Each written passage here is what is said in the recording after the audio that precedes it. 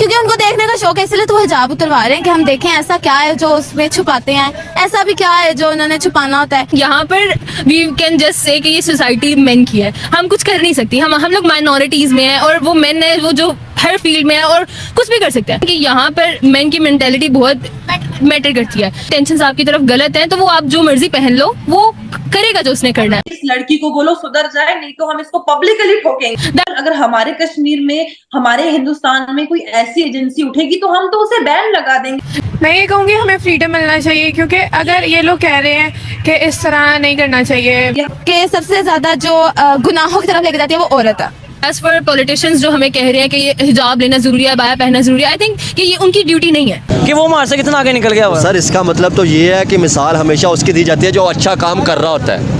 कि खौफ तब तक था जब तक हम बाहर नहीं निकल पाते थे, अगर और लड़कियां इस तरीके से निकलेंगी और उन्हें छोड़ दिया जाएगा, बिल्कुल भी नहीं।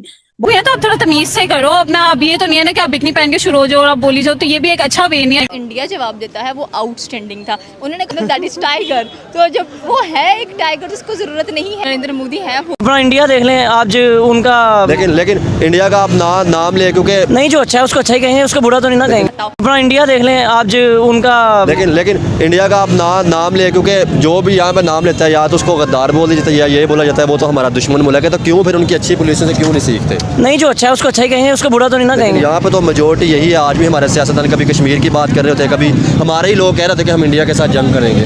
हाँ चले ये है, मैं इंडिया की ज़्यादा तारीफ नहीं करता, लेकिन इतना कर सकता हूँ कि हम उसकी मिसाल दे। मीठी मिठास भी, हाँ मतलब अपने आप से एक अच्छे ताल्लुकात बनाने के। देखो इंडिया पर उसने सैंक्शंस लगाई, इंडिया पर उसने जनाब टैरिफ लगाया, इंडिया पर हर तरह के काम करके देखा, इंडिया नहीं टूटा। इंडिया ने अपनी गुर्बतें चाइना से बना ली, इंडिया ने अपनी गुर्बतें रशिया से बना ली। इसका बेनिफिट किसको हुआ? इंडिया को। दूसरे जब वो अब देखिए, अगर अमेरिका अब ये देख रहा है कि यार ये तो चाइना से भी नहीं टूटा, ये तो जनाब रशिया से भी नहीं टूटा, अब इसका क्या हाल है? उसने कहा कि इसके साथ ताल्लुकात बेहतर करो, इसको कोई मीठी छुरी करो, इसको कोई भाई मैं तुम्हारे मुल्क में इन्वेस्टमेंट लेके आता हूँ, तुम बस किसी तरीके से। बात होगी कि गुड़ से मरे तो शक्कर ये दूं, सेम टू सेम एग्जैक्टली में यही पॉइंट नजर आ। अगर हमारे कश्मीर में, हमारे हिंदुस्तान में कोई ऐसी एजेंसी उठेगी तो हम तो उसे बैन लगा देंगे, हम उसमें बैन लगा देंगे, हम उनको जगह नहीं देंगे, हम उनको जेलों में सलाखों के पीछे बंद करेंगे। कि खौफ तब तक था जब तक हम बाहर नहीं निकल पाते थे, अगर और लड़कियां इस तरीके से निकलेंगी और उन्हें छोड़ दिया जाएगा, बिल्कुल भी नहीं। बहुत रोक टोक थी, बहुत सारी चीजें, बहुत फतवे निकलते थे, नोटिस तुम्हारे घर पे आ जाता था कि भाई इस लड़की को बोलो सुधर जाए, नहीं तो हम इसको पब्लिकली ठोकेंगे। आज ये सारी चीजें नहीं है, आज इस चीज को पूरे तरीके से खत्म कर दिया है। आज कश्मीर में फेस्टिवल्स होते हैं, म्यूजिक फेस्टिवल्स होते हैं, कल्चरल प्रोग्राम्स होते हैं, आज एक्टर्स हैं कश्मीर में। आज कश्मीर मतलब बहुत आगे बढ़ चुका है और आज कश्मीर में सब कुछ है। अगर इन फ्यूचर कभी हिंदुस्तान और पाकिस्तान के जो रिलेशंस हैं वो ठीक हो जाते हैं, फिर तो यही लोग आपके दुश्मन बन जाएंगे। इन लोगों ने कहा है एग्जैक्टली ये आज ये हम लोगों को टारगेट कर रहे हैं। बिल्कुल, आज तो ये हम लोगों को टारगेट कर रहे हैं, आज ये हम कश्मीरियों को मारेंगे, आज ये हमारी फोर्सेस को मारेंगे। कल तक हमारा और आपका सब कुछ ठीक हो जाता है, फिर ये आप लोगों के दुश्मन, फिर ये आप लोगों को मारेंगे। आप उसको आजाद कश्मीर कहते हो, मेरे लिए वो आजाद नहीं है। मेरे लिए वहां पर लोग गुलाम हैं, जो लोग लड़ते हैं अपने हकूक के लिए। रिसेंटली जब वहां पर आटे चावलों के वो सीन हुआ था, तब वहां पर लोग मर रहे थे। क्या तब वहां पर आपकी सरकार नहीं थी? तब आपकी सरकार ने आजाद कश्मीर के लिए कुछ नहीं किया? तब आजाद कश्मीर में हिंदुस्तान के झंडे लहराए जा रहे थे, तब कहां थी आपकी सरकार? आज से मिलिटेंसी नहीं है कश्मीर में, तब से मिलिटेंसी है जब से हिंदुस्तान आजाद हुआ है। तब से कश्मीर को ही टारगेट किया जा रहा था, तब से कश्मीरियों को ही इन्वॉल्व किया जा रहा था। आप मुझे बोलो, क्या कोई पाकिस्तान से आके अपनी जान देता है कश्मीर में? नहीं, मरता तो आम कश्मीरी है, एक माँ का बेटा मरता है।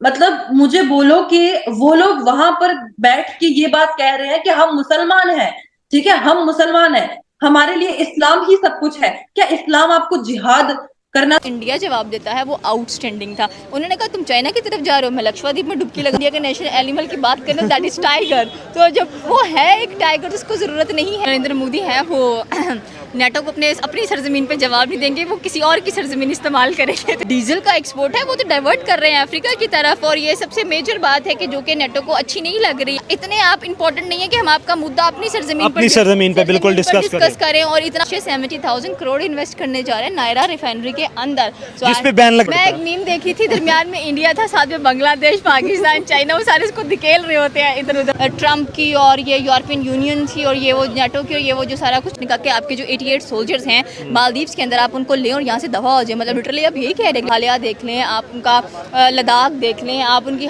ऐसी स्टेट्स उठा के देखें, स्पेशली साउथ। इसमें तो कोई शक नहीं है। आपकी लाइफ में नेगेटिव होता है, आप उसे कहते हैं दूर ही फेंक दो, उसको यहाँ पर लेकर मत। ईरान के सुप्रीम लीडर ने ये रूल बनाया था कि ईरान के अंदर कोई भी औरत हिजाब के बगैर नहीं बाहर निकलेगी, और अगर कोई लड़की नहीं करती तो उसको जेल में भेजा जाएगा और उस पर जुर्माना भी आयद किया जाएगा। बहुत सी खवातीन को वहाँ पर जेलों में भी भेजा गया। स्टेबिलिटी देखने को मिलेगी, या ये प्रोटेस्ट वाला सिलसिला जो है वो मजीद वहाँ पर शुरू हो जाएगा। मेरे ख्याल से मजीद शुरू होगा, बिकॉज अगर हमें प्रोटेस्ट करना भी है तो आप थोड़ा तमीज से करो अपना। अब ये तो नहीं है ना कि आप बिकनी पहन के शुरू हो जाओ और आप बोली जाओ, तो ये भी एक अच्छा वे नहीं है करने के लिए। अगर आप फ्रीडम मांग रहे हो कि हिजाब पहनना नहीं पहनना ये हमारी अपनी मर्जी है, तो इसी तरह से उस लड़की की भी तो चॉइस हो सकती है। बस स्टैंडर्ड्स हैं ईरान के, एंड वुमेन को पूरी आज़ादी होनी चाहिए कि वो क्या पहन रही है और क्या नहीं पहन रही। And as for the perspective of man, they should know how to protect women. यहाँ पर एक मैन का बताना कि वो स्कार्फ पहने और फिर उसी की बेटी फिर बिल्कुल नेकेड कपड़ों में उसकी शादी हो रही है, that is also a very bad thing in my perspective. कपड़े जो है वो प्रोटेक्ट करते हैं, और जो रेप होते हैं वो हमेशा शॉर्ट कपड़ों वाली के होते हैं, फुल कपड़ों वाली के रेप नहीं होते। आप ये बोल रहे हो? नहीं,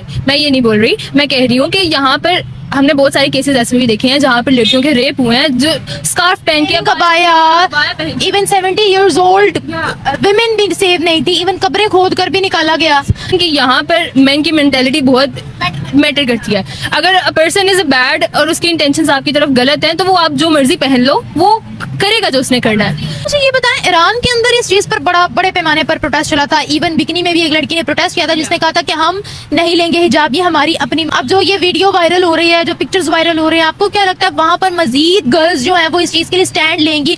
और आपको क्या लगता है कि ईरान को इस चीज की आजादी देनी चाहिए, सेक्युलरिज्म का मुजाहिरा करना चाहिए, या फिर एक स्ट्रिक्ट लॉ ही वहां पर रखना चाहिए कि आपने हिजाब पहनना है तो आपने पहनना है? नहीं, आई थिंक कि वहाँ पर लड़कियों को खुद ब्रेन यूज करना चाहिए। दे शुड नो कि इस्लाम हमें किस चीज़ से रोकता है और किस चीज़ की तरफ हमें कहता है कि ये करो।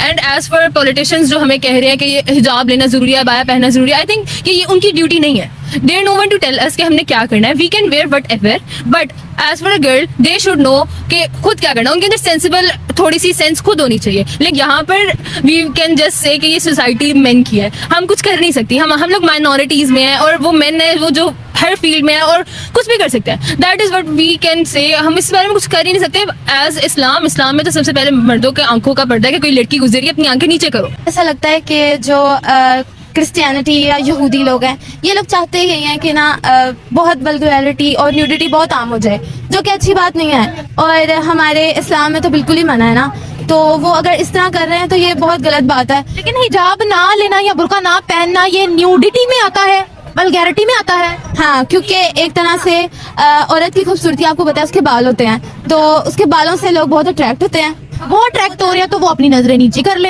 ये तो वो कर नहीं ना सकते, वो तो चाहते नहीं कर सकते क्योंकि उनको देखने का शौक है, इसलिए तो वो हिजाब उतरवा रहे हैं कि हम देखें ऐसा क्या है जो उसमें छुपाता है, ऐसा भी क्या है जो उन्होंने छुपाना होता है। उनको औरत ना होगी, जन्नत से उतरी हुई हूर होगी अर्थ के ऊपर, जिसको देखकर लोग मायल होते जा रहे हैं। क्या बात कर रही हैं आप भी? अल्लाह ने औरत को बनाया इतना प्रेशियस है कि वो, अल्लाह ने मर्द को भी प्रेशियस ही बनाया है। अगर मर्दों के अंदर सेक्स ऑर्गन्स है तो औरतों के अंदर भी है, उतने ही है। लेकिन औरत को ना अल्लाह ताला ने इतना खूबसूरत बनाया है कि उसको बताया गया है कि तुम इतनी कीमती हो कि तुमने अपने आप को कवर करके अपने आप को बचा के रखना है। कि सबसे ज्यादा जो गुनाहों की तरफ लेके जाती है वो औरत है। तो वो कैसे? आप देखें, औरत सच धज के जाएगी तो बहुत से मर्द उससे अट्रैक्ट होंगे। अच्छा, तो मर्द जानवर है या इंसान है? इंसान ही है, लेकिन ये उनकी तरबियत सबसे है। मैं ये कहूँगी हमें फ्रीडम मिलना चाहिए, क्योंकि अगर ये लोग कह रहे हैं कि इस तरह नहीं करना चाहिए, वो हिजाब वगैरह पहनना चाहिए, तो हर किसी की अपनी चॉइस होती है। If you want to wear हिजाब so you can, and if you don't want to so you can't.